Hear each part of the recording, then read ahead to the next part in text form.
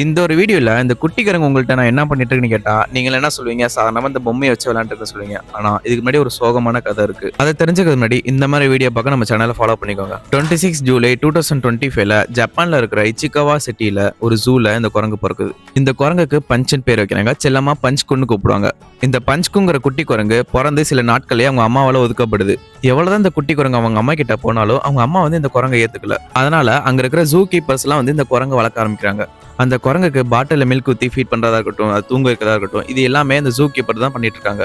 என்னதான் இந்த zoo keeper பாத்துக்கிட்டாலும் சில நேரம்ல இந்த பஞ்ச்குன் ரொம்ப லோன்லியா ஃபீல் பண்ணுச்சு. அதாவது தனிமையா நினைச்சுச்சான். பஞ்ச்குன் அவங்க தாயை விட்டு பிரிஞ்சனால சின்ன வயசுலயே ஏகப்பட்ட ஆன்சைட்டியா இருக்கட்டும், மத்த குரங்கு கூட சோசியலிசம் வாங்க முடியாம போச்சு. அதனால அந்த ஜூ கீப்பர் என்ன பண்றாங்கன்னா ஒரு குரங்கு பொம்மையை கொடுக்குறாங்க அதுகிட்ட. அது குரங்கு பொம்மையை வச்சு லோன்லியா இல்லாம விளையாண்டாச்சு இருக்கட்டும்னு கொடுத்தாங்க. ஆனா பஞ்ச்குன் அந்த பொம்மையை விளையாட்டுக்கு மட்டும் பயன்படுத்தாம அதை தன்னோட அம்மா மாதிரி நினைச்சுக்கிச்சு. தனிமையா ஃபீல் பண்ணும்போது அந்த பொம்மையை கட்டி பிடிச்சு தூங்குறதும், அதே சமயம் எங்க போனாலும் அந்த பொம்மையை கூட எடுத்துட்டு போறதும் இந்த மாதிரியா இருந்திருக்கு.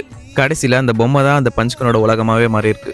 பஞ்ச்குன் மட்டும் இல்லாம நம்மளே நிறைய டைம் லோன்லியா ஃபீல் பண்ணும்போது நம்ம கூட டிராவல் பண்ற பைக்கா இருக்கலாம், இல்ல நம்மளுக்கு ரொம்ப ஸ்பெஷலான ஒரு திங்ஸ் இருக்கலாம். இதெல்லாம் கூட நம்ம லோன்லினஸை போக்குதுல.